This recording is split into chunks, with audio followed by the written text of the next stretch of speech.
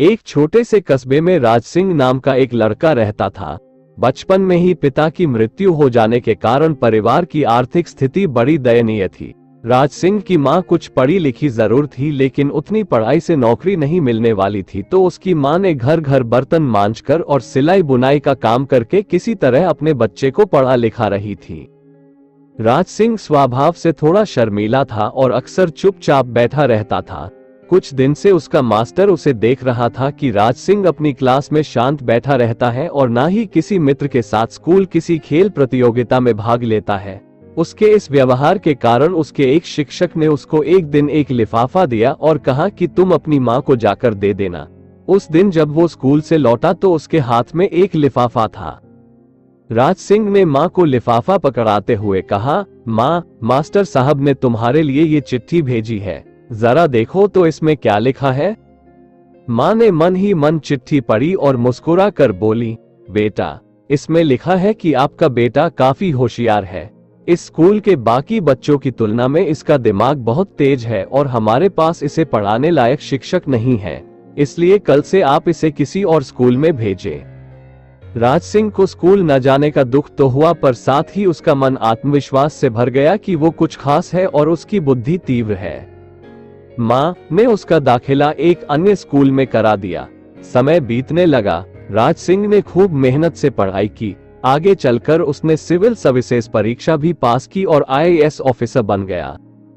राज सिंह की माँ अब बूढ़ी हो चुकी थी और कई दिनों से बीमार भी चल रही थी और एक दिन अचानक उनकी मृत्यु हो गई।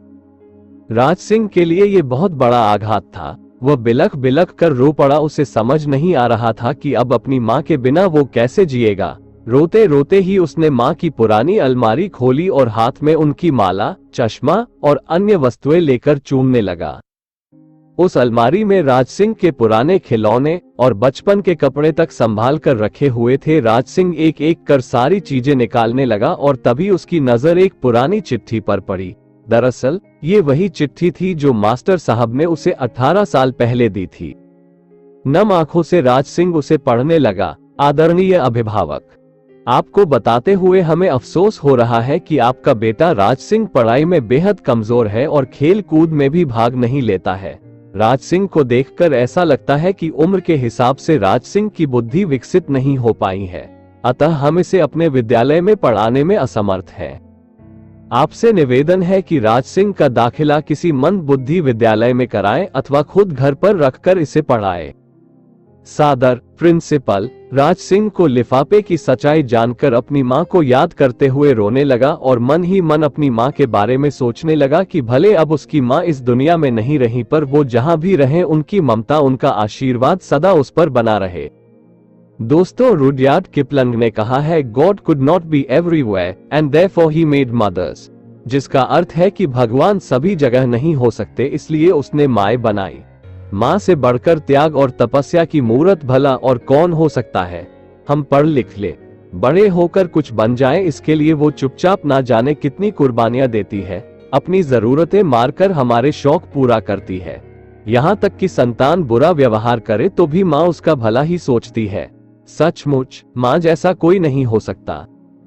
कहानी अच्छी लगी हो तो प्लीज कहानी को लाइक, शेयर और कमेंट करें। ऐसी कहानियों को सुनने के लिए नीचे दिए गए सब्सक्राइब बटन को दबाकर हमारे चैनल को सब्सक्राइब जरूर करें। धन्यवाद।